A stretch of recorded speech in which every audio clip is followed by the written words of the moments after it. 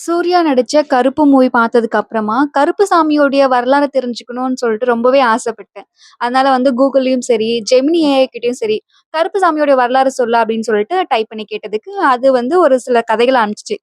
கருப்புசாமிக்கோடைய வரலாற பொறுத்தவரைக்கும் நெறைய கதைகள் வந்து சொல்லப்படுது. அதுல ஒரு கதையில பார்த்தீங்கன்னா, "சீதையோடைய மகன் தான் கருப்பசாமி" அப்படின்னு வந்தது. என்னது சீதையோடைய மகனா?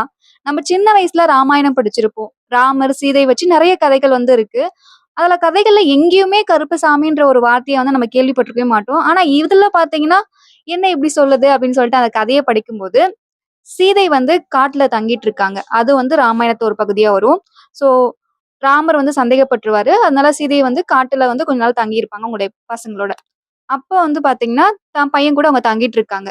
ஒரு நாள் என்ன பண்றாங்கன்னா, தான் பையன வந்து தொட்டில்ல தூங்க வச்சுட்டு, தண்ணி எடுக்கலாம் அப்படின்னு சொல்லிட்டு காட்டுக்கு போறாங்க.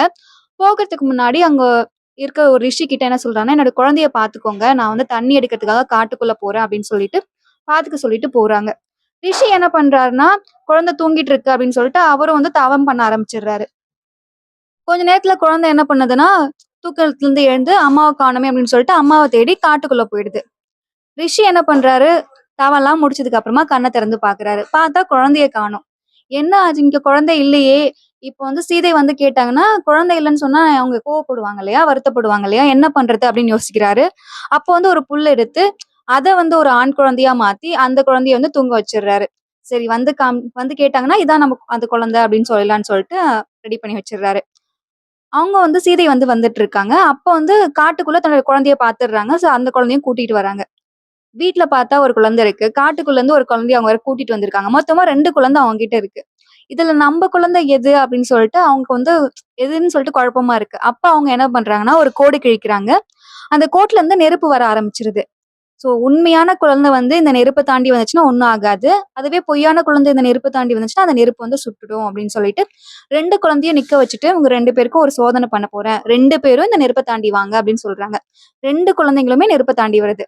அதுல ஒரு குழந்தைக்கு எதுவுமே ஆகல. இன்னொரு குழந்தை வந்து கருகி அது வந்து கருகி போயிடுது. அப்ப அந்த குழந்தை சொல்லுது, "நானும் உன் பையன் தானம்மா. என்ன ஏன் இப்படி பண்ணிட்டீங்க? நான் ஏன் இப்படி மாறிட்டேன்?" அப்படின்னு சொல்லிட்டு அது கேட்குது.